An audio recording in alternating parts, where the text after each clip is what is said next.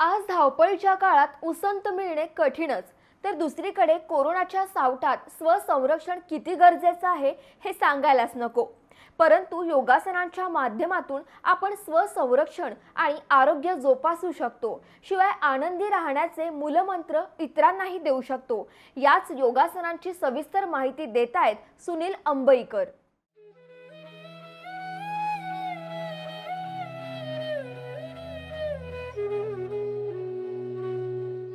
नमस्कार. मी सुनील वसंतराव अंबईकर, राहणार दुर्गानगर, नागपूर. आज आपलं शरीर स्वास्थ्य टिकून राहावं असा प्रत्येकाचा अट्टाहास असतो. माझी चांगली हेल्थ असावी, चार चौघात माझं व्यक्तिमत्व खुलून दिसावं असे साधारणतः प्रत्येकालाच वाटत असतं आणि वाटायला हवंही. परंतु त्यासाठी आपण कोणता प्रयत्न करतो? अर्थातच नुसतं वाटणं हा भाव मनात असणं म्हणजे आपलं शरीर सुदृढ होणं असं नसतं. त्यासाठी आपल्याला बरीच प्रयत्नांची पराकाष्ठा करावी लागते. आता त्या पराकाष्ठेचाच एक भाग म्हणजे योग साधना. ही योग साधना प्रत्येकाने अंगीकारली तर मला तरी असं वाटतं की आपलं शरीर स्वास्थ्य हे नक्कीच टवटवीत प्रफुल्लित राहील.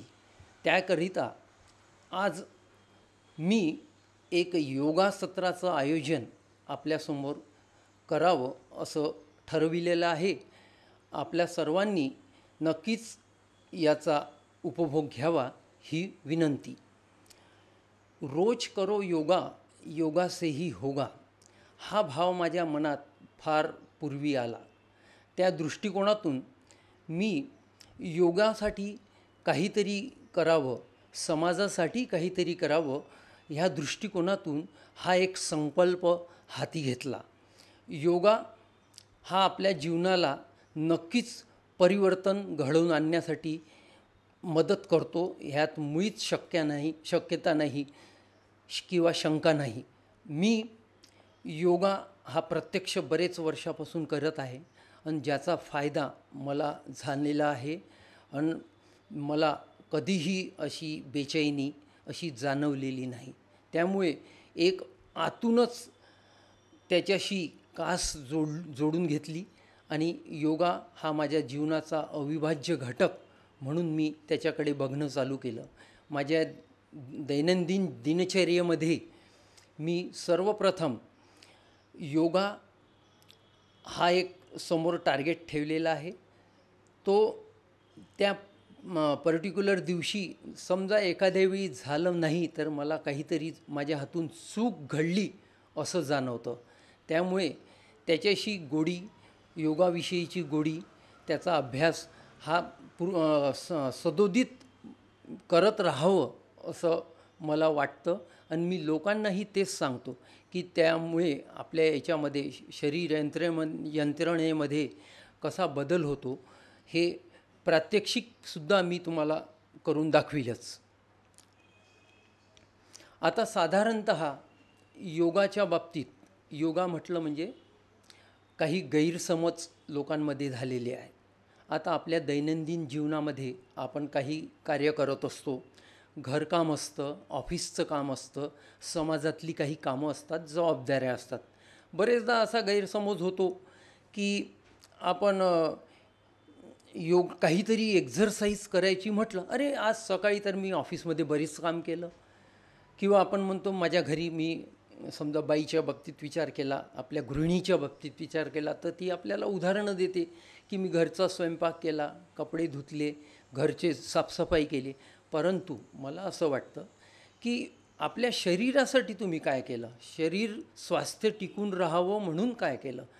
अर्थातच तुम्ही त्याच्या दृष्टिकोनातून समजा बघितलं, अजून त्याच्यासाठी आपल्या शरीरासाठी आपल्याला जे परमेश्वराने सुदृढ शरीर दिलेलं आहे त्याच्यासाठी 15-20 मिनटं आपण काढायला हवे, जेणेकरून त्या 15-20 मिनटात आपला प्रफुल्लित चेहरा समाजाला दिसेल, आपल्या आसपास दिसेल.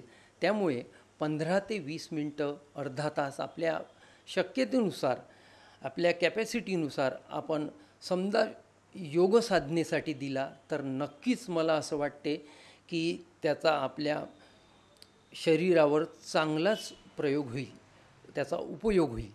आता पहिली एक गोष्ट ही झाली योग साधनेची. त्याच्यानंतर एक दुसरी गोष्ट अशी जाणवते मला की आपण आपल्या यांत्रिक साधनांचा वापर दैनंदिन जीवनामध्ये फार करतो. आपल्या घराच्या आसपास आपण काही कामासाठी जायचं असतं, अर्धा 1 किलोमीटर झालं, 10 किलोमीटर किंवा आसपास कुठेही जायचं असलं, जवळचा पल्ला असो किंवा लांबचा पल्ला असो, तो गाठण्याची वेळ आपल्यावर आली की सर्वप्रथम आपल्याला काहीतरी सहाय्यता हवी असते. अरे गाडी कुठे आहे, गाडीची किल्ली कुठे आहे, सर्वप्रथम आपण काय करतो, उचलतो गाडी, निघून जातो. आता त्या गाडी चालवण्यामध्ये भलाही तुम्ही कामं पुष्कळ आटोपले असतील, दगदग पुष्कळ केली असेल, पण तुमच्या शरीराला काय व्यायाम झाला. आता माझ्या बाबतीत मी सांगायचं झालं तर मी माझ्या दैनंदिन आपल्या दिनचर्येमध्ये मी सर्वप्रथम काय करतो की कुठेही जायचं आहे म्हटलं तर माझी एक मानसिकता बनवून टाकलेली आहे की मी माझ्या मनामध्ये त्या गाडीचा किंवा 2 चाकी 4 चाकीचा विचारच येऊ देत नाही. मी निघतो, आपला नॉर्मल वॉकिंगमध्ये निघतो. आता माझं रोजचं दिनचर्येमध्ये जवळपास मी माझ्या मानेवाड्याच्या दुर्गानगरच्या घरापासनं छत्रपती चौकापर्यंत मी रोज नॉनस्टॉप जात असतो. त्याला जवळपास हे अंतर माझ्या घरापासून 5 किलोमीटर आहे. 5 किलोमीटर जाणं, 5 किलोमीटर येणं. आता हे 1 तासाचं अंतर मी एका नॉर्मल कॉन्स्टंट स्पीडमध्ये मेंटेन करतो. घरून निघतो, स्ट्रावा ॲप आपली मोबाईलमध्ये असते, त्याच्यामध्ये समजून जातं की मी किती किलोमीटर चाललो. आता इथून 10 किलोमीटर चालणं, 10 किलोमीटर चालण्याच्या बाबतीत आपण सर्वप्रथम काही दक्षता घ्यायची आहे. कशी? तर आपल्या पायामध्ये पीटी शू असायला हवा कोणत्याही एक्झरसाईजच्या वेळेस. आणि कपडे हे कधीही असे टाईट नको, कपडे असे ढिले असायला हवे. आता हे अंतर कापताना तुमचा ब्रिदिंग एक असा नॉर्मल श्वासोश्वास राहायला हवा. त्या पिरियडमध्ये तुम्ही मध्ये ब्रेक घेता कामा नये. तर माझ्यासमोर एकच टार्गेट असते की मला छत्रपती चौक गाठायचा आहे. तर आता गाठायचा असल्यामुळे मी काय ठरवतो, आपलं पीटी शूज घातले आपले, इथून निघालो. इथून निघाल्यानंतर नॉनस्टॉप एका नॉर्मल ब्रिदिंगमध्ये आपलं छत्रपती चौक गाठतो. तिथून रिटर्न पुन्हा आपल्या घरापर्यंत येतो. आणि तुम्हाला विश्वास वाटणार नाही की मला ही एवढं आंघोळणी पडलेलं आहे, इतकी सवय झालेली आहे की 10 किलोमीटर चालून आल्यानंतर माझं जे ब्रिदिंग असतं ते नॉर्मल असतं. मी आमच्याशी असं व्यवस्थित नॉर्मली बोलू शकतो. म्हणजे असं जाणवत नाही का की हे प्रॅक्टिस मेक्स मॅन परफेक्ट. त्यामुळे हे मला शक्य झालेलं आहे. आज मी तिकडून आल्यानंतर किंवा एकदम घामागर्द झालं आणि काहीतरी मी एखादा पर्वत चढून आलो, हा भाव तुम्हाला कधीच दिसणार नाही. चेहऱ्यावर जाताना जो आनंद होता, जो टवटवीतपणा होता, तोच टवटवीतपणा मी तिकडून आल्यानंतर ते तुमच्यासमोर मी दाखवू शकतो आणि तो तुम्हाला दिसेल. त्यामुळे आता हे कशामुळे शक्य झालं, ही आहे मनात हुरहुर. कोणतंही चांगलं काम करण्याची हुरहुर जेव्हा मनात असते आणि आपण जे चांगलं काम मग हाती घेतो, तेव्हा नक्कीच ठेवायचं की चांगलं काम हाती घेतल्यानंतर म्हणजे सुरुवातीलाच तुमचा पॉझिटिव्ह ॲटिट्यूड असला तर ते कामामध्ये जे यश आहे, अर्ध यश तर तुम्हाला तिथेच समोर दिसतं. त्याच्यामुळे कोणत्याही कामाची चांगली सुरुवात करायची असेल तर आपल्या मनामध्ये त्या कामाविषयी पॉझिटिव्हनेस सगळ्यात पहिले डेव्हलप करायचा. आता हा झाला आपल्या वॉकिंगच्या बाबत हे. आणि मित्रहो, ह्या पायी चालण्याचे फायदे आज बऱ्याच शास्त्रज्ञांपासून तर या योगा तज्ज्ञांपर्यंत प्रत्येकाने सांगितलेले आहे. आणि त्यामुळे आपला डायबिटीस सारखे किंवा बाकी जे कोणतेही आपले दमाचे त्याचे जे छोटे मोठे डिसीज आहे ते दूर झालेले आहे. त्याच्यामुळे आपल्याला समजा निरोगी राहावं असं वाटत असेल तर रोज पायी चालणे हा एक उपक्रम आपल्या जीवनामध्ये प्रत्येकाने अंगीकारा. तुम्हाला नक्कीच फायदा मिळेल. मला असं वाटते की तुम्ही पायी चालण्याच्या एक्झरसाईजपासून आपला योगाचा अभ्यास सुरू करावा. योगाची सुरुवात करवायच्या पहिले जसा योगाचा अभ्यास तर आपण करूच पुढे, पण त्याच्या पहिले आता जो माणूस काहीच करत नाही त्यांनी एक ठरवा की सर्वप्रथम मी अरे यार म्हणजे घरी आपलं आळसावल्यासारखं बसण्यापेक्षा सकाळी सूर्योदयाच्या पहिले तुम्ही उठा आणि निघा. काही नाही, सकाळच्या वातावरणामध्ये ऑक्सिजनचं प्रमाण फार चांगलं असतं. त्याच्यामुळे सूर्योदयाच्या पहिले हा काहीतरी एक छोटा मोठा असा पल्ला गाठायचा, म्हणून कमीत कमी घराच्या बाहेर निघा तुम्ही. जेणेकरून तुम्ही एकदा घराच्या बाहेर निघाले तर या चांगल्या वातावरणाचा आस्वाद, चांगल्या निसर्गाचा आस्वाद तुम्हाला घेता येईल. अजून तुमचं शरीर स्वास्थ्य आणि हे असं जसं जसं तुमच्यात तसं बदल होत जाईल तर त्याच्यामध्ये तुमच्या शरीरात होत असलेला बदल हा खरोखर तुम्हाला जाणवेल की मी काहीतरी चांगलं कार्य करतो आहे. त्यामुळे पायी चालण्याचा उपक्रम प्रत्येकाने अंगीकारावा असं मला वाटते, कारण हे मी स्वतः अंगीकारलेलं आहे आणि त्याचा फायदा आज मी तुमच्यासमोर दिसतो आहे. आज माझं वय तसं पाहिलं तर 56-57 क्रॉस झालेलं आहे. त्या 56-57मध्ये मी नॉनस्टॉप 10 किलोमीटरचा पल्ला रोज गाठत असतो. त्याच्यानंतर 1 तासाची योगाची एक्झरसाईज तीसुद्धा मी रोज करत असतो. आता हे दोन्ही कार्य करत असताना मला जो एक आनंद आहे, हे एक स्वर्गसुख काय असेल त्या स्वर्गसुखाच्याही पलीकडला अनुभव मी प्रत्यक्षात घेतो आहो. कशामुळे तर हे माझ्या योगाविषयीच्या आणि एक्झरसाईजविषयीच्या आवडीमुळे.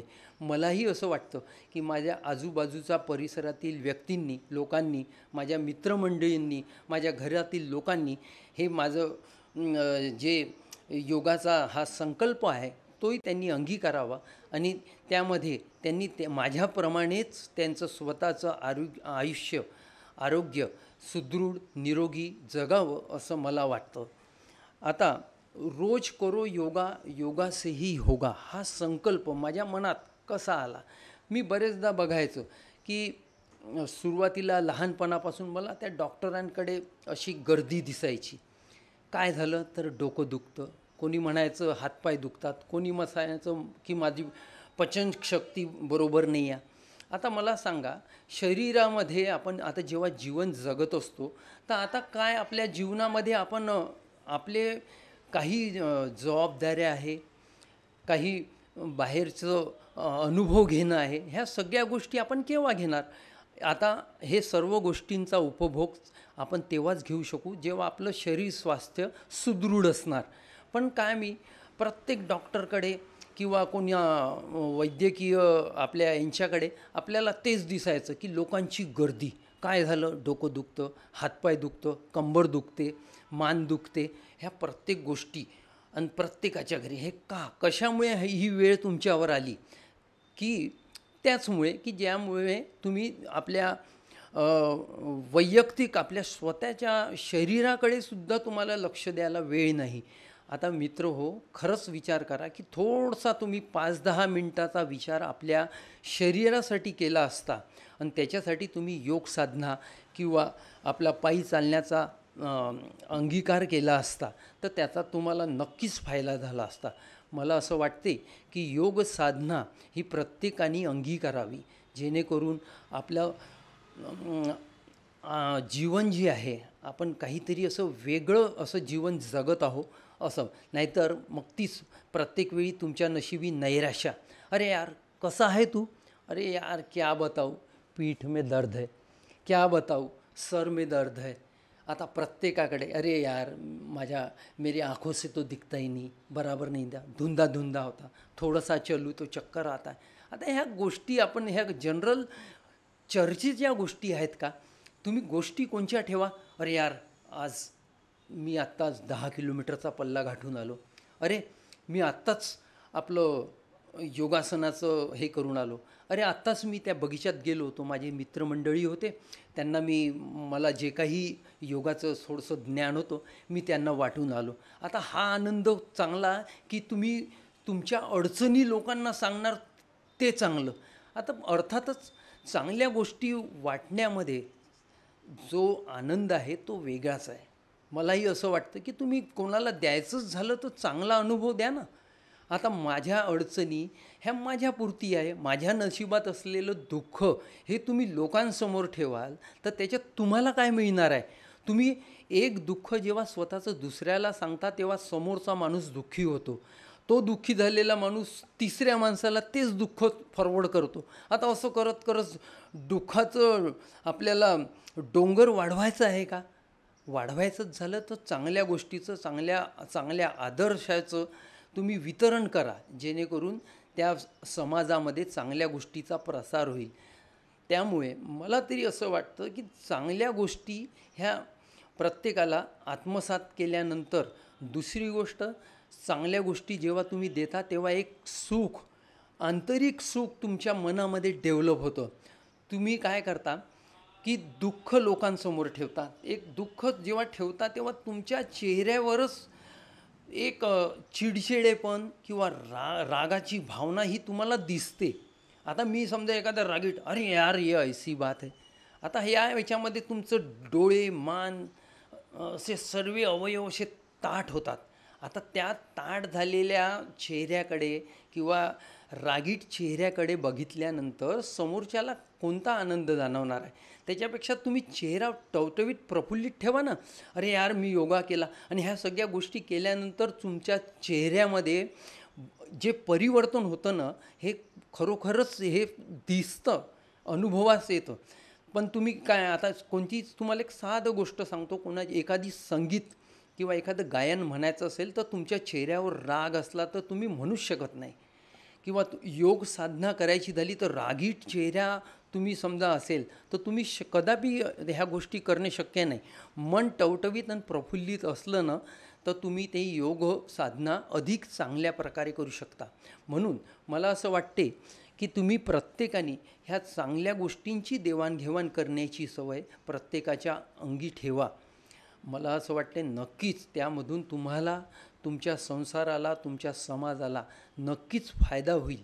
योग साधना ही आज आपण संपूर्ण देशामध्ये बघतो आहे. हे जी एक्झरसाईज हा जो प्रकार आहे, योग साधना हा जो प्रकार आहे, तो आपण आपल्या सातत्याने करत राहिलो तर नक्कीच मला असं वाटते की हे छोट्या मोठ्या ज्या समस्या आहे ना त्या तुमच्या आसपास भटकणारच नाही.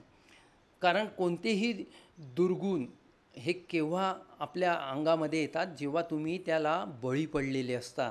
तुमच्यासमोर संगत चांगली असली तर चांगले लोक तुमच्या आसपास असतात आणि एक चांगलं सुरक्षा कवच तुमच्या आजूबाजूला असतं, ज्याच्यामुळे तुम्हाला एक चांगलं स्ट्रॉंग व्यक्तिमत्व डेव्हलप केल्याचा जाणवतं. परंतु तुम्ही समजा आपली चांगली संगत नसता, आपण आजूबाजूला आपल्या विचाराशी सहमत नसलेल्या व्यक्तींसोबत जेव्हा आपण जीवन जगण्याचा प्रयत्न करतो तेव्हा त्याचा नक्कीच आपल्या याच्यावर वाईट परिणाम होतो, घातक परिणाम होतो.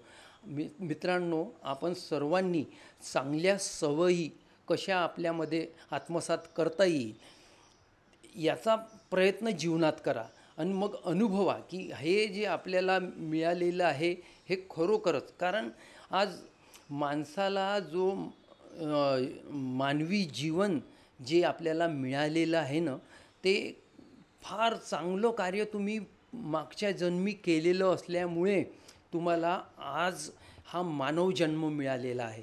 आणि सर्व सजीव सृष्टीमध्ये आज मानव हा जो आहे हा एकमेव सर्वश्रेष्ठ ठरलेला आहे.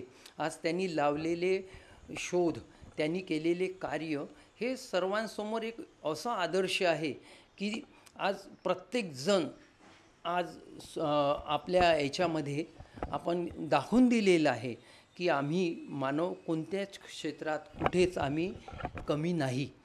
तर त्याच्यामुळे आपल्याला सार्थक कशाचं करायचं आहे की मानवी जीवनाचं सार्थक करायचं आहे.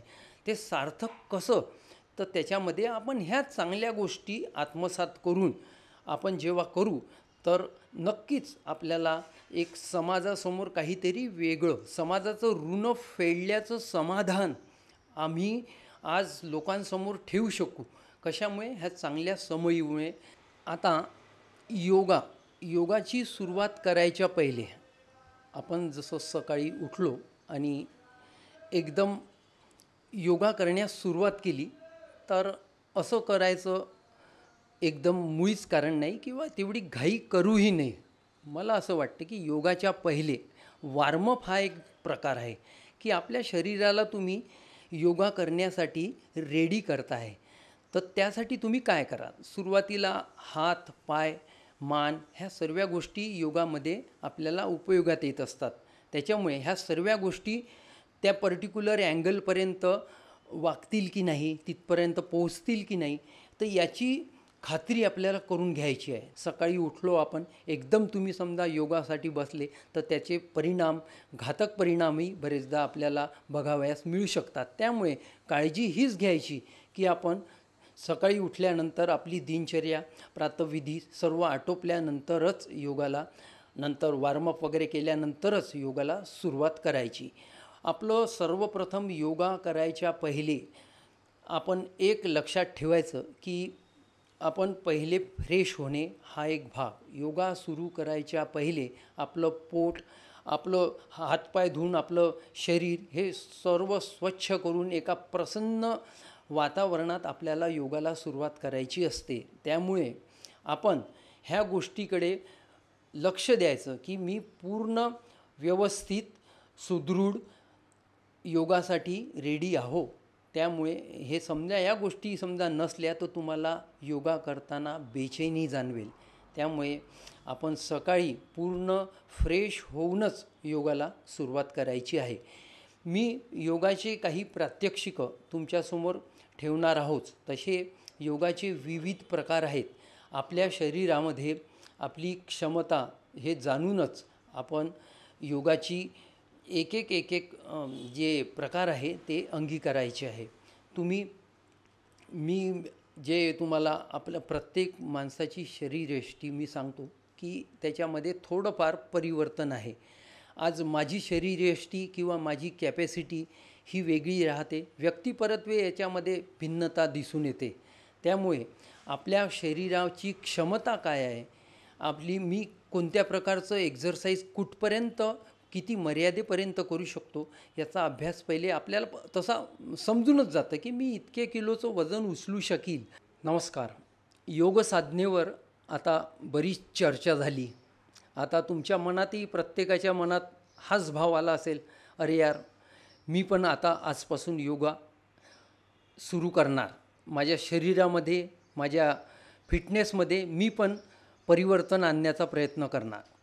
पण मनात समजा एखादी गोष्ट आली असेल तर नक्कीच पंचांग बघू नका, वाट पाहू नका. ती सुरुवात तुम्हाला समजा आज तुमच्या मनामध्ये विचार आला असेल तर तो चांगला विचार कार्यान्वित करायचा तो केव्हापासून, आत्तापासनं. वेळ ही काही सांगून येत नसते. चांगला विचार आज तुमच्या मनात आला, तोच चांगला विचार उद्याही येणार याविषयी सांगता येणे कदापि शक्य नाही. आज तुमच्या मनात आला चांगला विचार, तुम्ही त्याची सुरुवात आजच करा. मला असं वाटते की वेळेच्या बाबतीत चांगलं कार्य करण्याचं समजा तुम्ही ठरवलं असेल तर त्याची सुरुवात ही तो विचार आलेल्या क्षणापासूनच व्हायला हवी असं मला वाटतं. कारण त्यानुसारच हे वेळ, सकाळ, दुपार, संध्याकाळ हे त्यानुसार. कारण आजच्या दिवसात आलेली सकाळ, आजच्या दिवशी सकाळला आलेला अनुभव हा दुसऱ्या दिवशीच्या सकाळला येणाऱ्या अनुभवाच्या विपरीत राहू शकते. चांगल्या गोष्टीसाठी दिलेली संधी तुम्ही दवडू नका, त्याचा उपभोग घ्या आणि त्याला सुरुवात करा. म्हणून मला वेळेच्या बाबतीत, समयच्या बाबतीत एक 4 ओळी तुमच्यासमोर ठेवाव्याशा वाटतात. आता योगांच्या बाबतीत योगांचे प्रकार आपण तसे बघितलेलेच आहे आणि प्रत्येकाला आपल्या जीवनात हे बघण्याचा अनुभव हा जवळपास आलेलाच आहे. आता माझ्या बाबतीत माझं जे काही थोडंसं ज्ञान आहे तर त्याच्यामध्ये मला जे काही आसनं येतात ते आज मी तुमच्यासमोर करून दाखवणार आहे. सर्वप्रथम आता मी तुम्हाला एक आसन जे आहे पश्चिमोत्तानासन, आता या पश्चिमोत्तानासनाचं बाबतीत त्याचा फायदा, आता याच्यामध्ये जेव्हा आपण दोन्ही पायाला पायाच्या अंगठ्यांना आपण आपले हाताचे अंगठे जोडतो, अजून मान अजून पाठ ह्या दोन्ही गोष्टी जेव्हा ताठ करतो आणि खाली झुकतो, तर आपल्याला जो बॅक पेनचा जो त्रास असतो, पाठीमध्ये दुखणं, मानेमध्ये दुखणं, अजून गुडघ्यामध्ये दुखणं, तर हे सांधेदुखीच्या बाबतीत हे एक इतकं उपयुक्त आसन आहे. हे तुम्ही आसन आपल्या क्षमतेनुसार करायचं. कारण सुरुवातीला जेव्हा तुम्ही हे आसन कराल तर तुम्हाला पाठीमागे अशा बऱ्याच वेदना झाल्याचं जाणवेल. तर आपल्याला असं थोडंसं असं जाणवलं की आपला मागचा भाग दुखतो आहे, तर आपण जास्ती स्ट्रेस कोणत्याही भागावर येऊ द्यायचा नाही. आपल्याला योगा करताना हेच गोष्ट लक्षात ठेवायची की ते सहजासहजी झालं पाहिजे. तर कोणत्याही भागावर असा स्ट्रेस येतो आहे बा आणि मी ते योगा करतो आहे असं, तर आपल्याला काही असं प्रेशराईज करून कोणतंही आसन करायचं नाही. त्याच्यामुळे पश्चिमोत्तानासन हा एक प्रकार आपल्याला फार उपयुक्त असा योगासनांचा प्रकार आहे आणि तो आपल्या दैनंदिन योगाच्या याच्यामध्ये आपण त्याला चांगलं स्थान द्यायचं आहे. आता आपण करतो आहे भुजंगासन. आता हे एक आसन मी तुम्हाला सांगतो की याच्यामध्ये आपण पहिले पालथं असं झोपायचं आहे. पालथं झोपल्यानंतर हाताच्या भरोशावर पूर्ण मान अजून आपलं धड असं जास्तीत जास्त असं वर करून मान आपली असा बघण्याचा प्रयत्न करायचा. आता या भुजंगासनमध्ये हे दोन्ही हात, मान ह्या सर्व गोष्टी, अजून मागचे पाय, ह्या सर्व गोष्टी जेव्हा ताठ असतात, याच्यामध्ये तुमचे पोटाचे आतडे असे ताणल्या जातात. ज्यामध्ये ह्या सराव तुम्ही रोज केला तर तुम्हाला याच्यामध्ये पोटाचे बरेचसे विकार, सांधेदुखी, मानीचे विकार, हे सर्व विकार या आसनामुळे तुमचे दूर होऊ शकतात. त्यामुळे हे एक उपयुक्त आसन तुम्ही रोज करावं असं मला वाटतं. आता आपण बघणार आहोत ऊर्ध्व सर्वांगासन. या आसनामध्ये आपण साधारणतः जसं शीर्षासन करतो त्याप्रमाणे आपल्याला फक्त 2 पाय, कमरेपासून 2 पाय आपल्याला वर करायचे आहे आणि त्या कमरीच्या भागाला मागून हातांचा सपोर्ट द्यायचा आहे.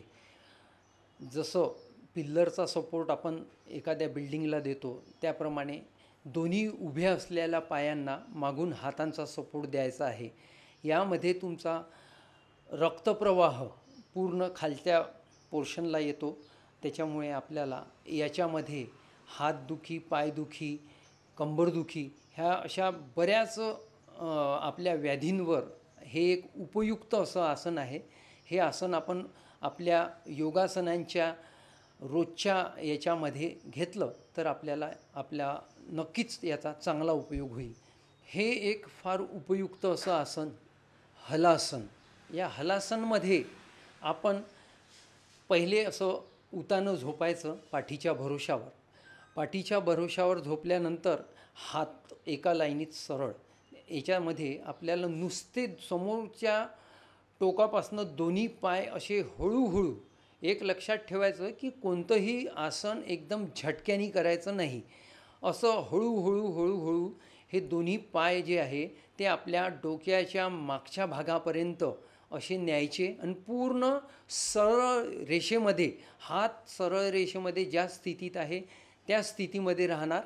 अजून पाय असे सरळ असे पाठीमागे डोक्याच्या मागे गेल्यानंतर हे 1 ते 2 मिनटं आपल्या क्षमतेनुसार, एक लक्षात ठेवायचं की आसन हे आपल्या क्षमतेनुसार करायचं आहे. एखादं आसन समजा 10-12 सेकंद करण्याची ताकद तुमच्यात असेल तर फक्त 10-12 सेकंदच करा.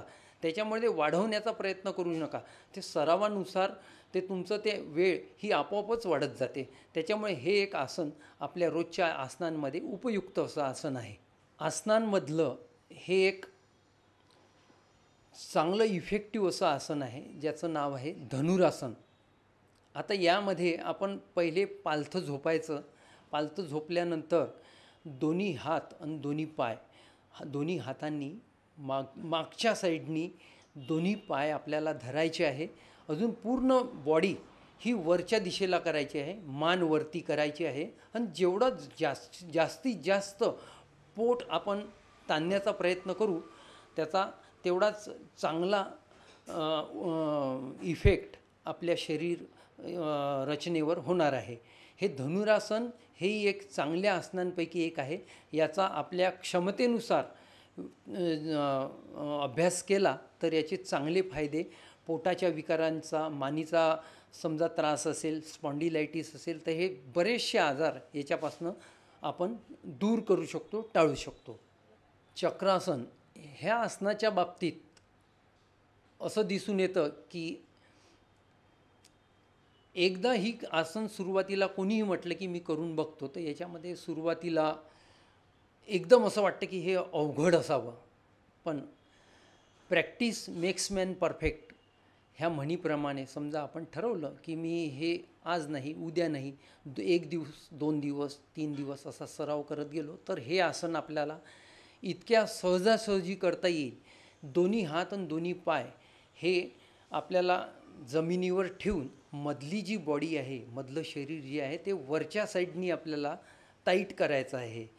ह्याच्यामुळे आपल्या पोटाचे विकार, हात पाय, मान, जवळपास शरीराचे सर्वच अंग आपल्या व्याधींपासून आपण दूर करू शकतो. त्याच्यामुळे हे एक आसन फार उपयुक्त असं आसन आहे. आपण सर्वांनी ह्या आसनाचाही सराव करण्यास काहीच हरकत नाही. हे एक आसन आहे, हे दिसायला तुम्हाला फारच अवघड वाटतं आहे. त्याचं नाव आहे मत्स्यासन. आता या मत्स्यासनमध्ये सराव करायचा आहे आपल्याला पहिले पद्मासनाचा. जेव्हा आपण पद्मासन करतो तर पद्मासनच्या स्थितीमध्ये बसलेलो असताना आपल्याला त्याच स्थितीमध्ये आपलं शरीर पाठीमागे जमिनीच्या लेव्हलपर्यंत हळूहळू न्यायचं आहे. दोन्ही हाताचे अंगठ्यांनी दोन्ही पायाचे बोटांचे अंगठे आपल्याला पकडून तसंच ठेवायचं आहे जेणेकरून आपले हात सरळ एका रेषेत राहतील. अजून मान थोडी अलगद अशी वरती अशा याच्यामध्ये आपल्याला करायची आहे. ती जमिनीच्या लेवलवरच राहील आणि हे 1 मिनटं 2 मिनटं किंवा तुमच्या क्षमतेनुसार तुम्ही हे आसन करायचं आहे. ह्या आसनाचा इतका चांगला उपयोग आपल्या शरीर रचनेवर होतो. त्यामुळे हे एक आसन उपयुक्त असं आसन आपणा सर्वांनी करावं असं मला वाटतं. आसनांच्या प्रकारांमध्ये मयूरासन हे एक फार कमी लोकांना जमणारं आसन. सुरुवातीला या आसनाची लोकांना धास्तीच असते की हे 2 हातांवर हे पूर्ण शरीराचा बॅलन्स आपल्याला करायचा असतो. पण एक मी तुम्हाला सांगतो की इतक्या सहजासहजी एक सरावानंतर हे आसन जमतं की आपल्याला त्याच्यातली आवड निर्माण होते. या आसनामध्ये दोन्ही हात जवळ करायचे आहे. त्याच्यात 5-6 इंचाचा आपल्या याच्यानुसार, आपल्या प्रॅक्टिसनुसार असा मध्ये अशी गॅप ठेवायची आणि ते दोन्ही हात आपण सेंटरमध्ये बॅलन्स करून इकडून समोरून आपलं मान वर करायची आणि पाठीमागून दोन्ही पाय एका सरळ रेषेमध्ये बॅलन्सिंग करून आणि आपल्या क्षमतेनुसार जेवढा वेळ आपण करू शकू. आणि याच्यामध्ये पोटावर प्रचंड ताण असा निर्माण झालेला दिसेल, पण आपण जेव्हा जास्ती स्ट्रेस करून कोणतेही आसन करायचं नाही. पण 1 सेकंद 2 सेकंदपासून सुरुवात करू शकता. त्याचा चांगलाच फायदा आपल्याला सर्वांना समोर बघायला मिळेल हे नक्की. गोमुखासन हे एक सोपी आसन, एवढं काही कठीण नाही करायला, पण याचे फायदे फार आहे. याच्यामध्ये दोन्ही पाय एकावर एक ठेवायचे. दोन्ही पाय एकावर एक ठेवल्यानंतर आपण डावा अजून उजवा असे दोन्ही हात, जसा डावा हात आता समोरून मागे नेलेला आहे तर उजवा जो हात आहे त्याच्यानी डाव्या हाताचे अंगठे किंवा जेवढा शक्य होईल जास्तीत जास्त भाग असा पकडायचा आहे. पकडल्यानंतर आपली दोन्ही नजर बिलकुल समोर अशी. नंतर आपण एकदा उजवीकडे, म्हणजे जसा डावा हात आपला आहे तर त्याच्या उजवीकडे आपली नजर पूर्ण न्यायची, जशी अशी अजून एकदा ते केल्यानंतर पुन्हा मग अपोजिट डायरेक्शनमध्ये हे आसन करून एकदा डावीकडे आणि उजवीकडे असं हे आसन गोमुख आसन आहे. आणि हा करण्याचा प्रत्येकाने प्रयत्न करावा, ज्याचा फायदा आपल्याला नक्कीच होईल असं मला वाटतं. आपण भद्रासन बघितलेलं आहे. आता भद्रासन आणि वज्रासन जवळपास हे दोन्ही आसनं सारखेच आहे, पण याच्यामध्ये वज्रासन हे मी तुम्हाला सांगतो आहे. वज्रासनमध्ये बिलकुल दोन्ही आपल्या पायांना फोल्ड मारल्यानंतर, दोन्ही पाय आपले फोल्ड मारल्यानंतर एका रेषेत आपण सरळ बसायचं आहे आणि दोन्ही हात दोन्ही पायाच्या गुडघ्यांवर जसं असं या पोझिशनमध्ये ठेवायचं आहे. आपली नजर बिलकुल समोर ठेवायची आहे. अजून एका नॉर्मल ब्रिदिंगमध्ये श्वास घ्यायचा आहे. ह्या आसनामुळे तुम्हाला अपचन किंवा मग बाकीचे जे पोटाचे विकार असतात हे तुम्हाला बिलकुल असं कधी होतात आहे याची जाणीव होणार नाही. आता प्रत्येकाला पद्मासन कसं करायचं आहे, पद्मासनची जी पोज आहे त्या पद्मासनची पोज घेतल्यानंतर जेव्हा दोन्ही आपले पायांची जी अंगठे आहे हे जेव्हा आपण पाठीमागे हात करून अपोजिट डायरेक्शनमध्ये पकडतो त्याला म्हणतात बद्ध पद्मासन. हे आसन इतकं उपयुक्त असं आसन आहे की ज्या आसनामुळे तुमचे पायाचे, पोटाचे, मानेचे, पाठीचे, हाताचे हे सर्व विकार तुमचे दूर होतात. आसनांमधला हा एक अवघड असा प्रकार ज्याचं शीर्षक आहे शीर्षासन. शीर्षासन म्हटलं की पहिलेच आपल्या अंगावर काटा येतो. आपल्याला असं वाटतं अरे फार अवघड आहे. पण मी तुम्हाला सांगू इच्छितो की हे आसन इतका सहजासहजी होतं, ज्यामध्ये आपल्या हाताची पकड आपल्याला एकदा आपल्या मानेच्या सभोवती केली आणि त्या बॅलन्सिंगवर, ज्याप्रमाणे एखाद्या पिल्लरवर एखादी इमारत उभी असते त्याचप्रमाणे आपण हाताचं एक असं ट्रँगल बनवतो आणि त्या मानेच्या भोवती हे ट्रँगल आपण असं फिक्स करतो. आणि एकदा हे फिक्स केलेलं ट्रँगल आपण पूर्ण त्याच्यावर थोडासा प्रेशर देऊन आपण दोन्ही पाय वरती केले एका रेषेमध्ये शरीराचा, तर हे शीर्षासन हे फार उपयुक्त आसन आहे. याच्यामध्ये आपल्या मेंदूला आवश्यक असणारा रक्तपुरवठा हा इतक्या व्यवस्थित प्रकारे मिळतो की त्यामुळे आपले छोटे मोठे मेंदूचे विकार हे क्षणार्धात हे दूर होतात. याच्यामध्ये ब्रिदिंग, नाकाचा आपल्या जे काही समस्या असतील, श्वासोश्वासाच्या समस्या, डोळ्याच्या समस्या, ह्या सर्व कानाच्या, ह्या सर्व या आसनामुळे त्यावर दूर होतात. त्यामुळे शीर्षासन हे एक उपयुक्त असं आसन आपल्या सर्वांसाठी आहे. आपण सर्वांनी त्याचा सराव करावा असं मला वाटतं. मित्रांनो, जीवन में समय पर रखो ध्यान, समय सूचकता से ही बढ़ेगी शान. पल पल बीतता है जीवन सारा, पल पल बीतता है जीवन सारा, यादें ही रहती है भविष्य का सहारा, यादें ही रहती है भविष्य का सहारा. जीवन में हर किसी ने समय पर ध्यान देना, समय के अनुसार चलना, ये एक जीवन का अविभाज्य अंग है. जीवन में समय पर रखो ध्यान, इतना ही मैं मेरे तरफ से बोलूँगा. और मेरा आज का चर्चा सत्र, आज का जो भी कोई संभाषण का आज का ये था, उसको मैं विराम देता हूँ. धन्यवाद.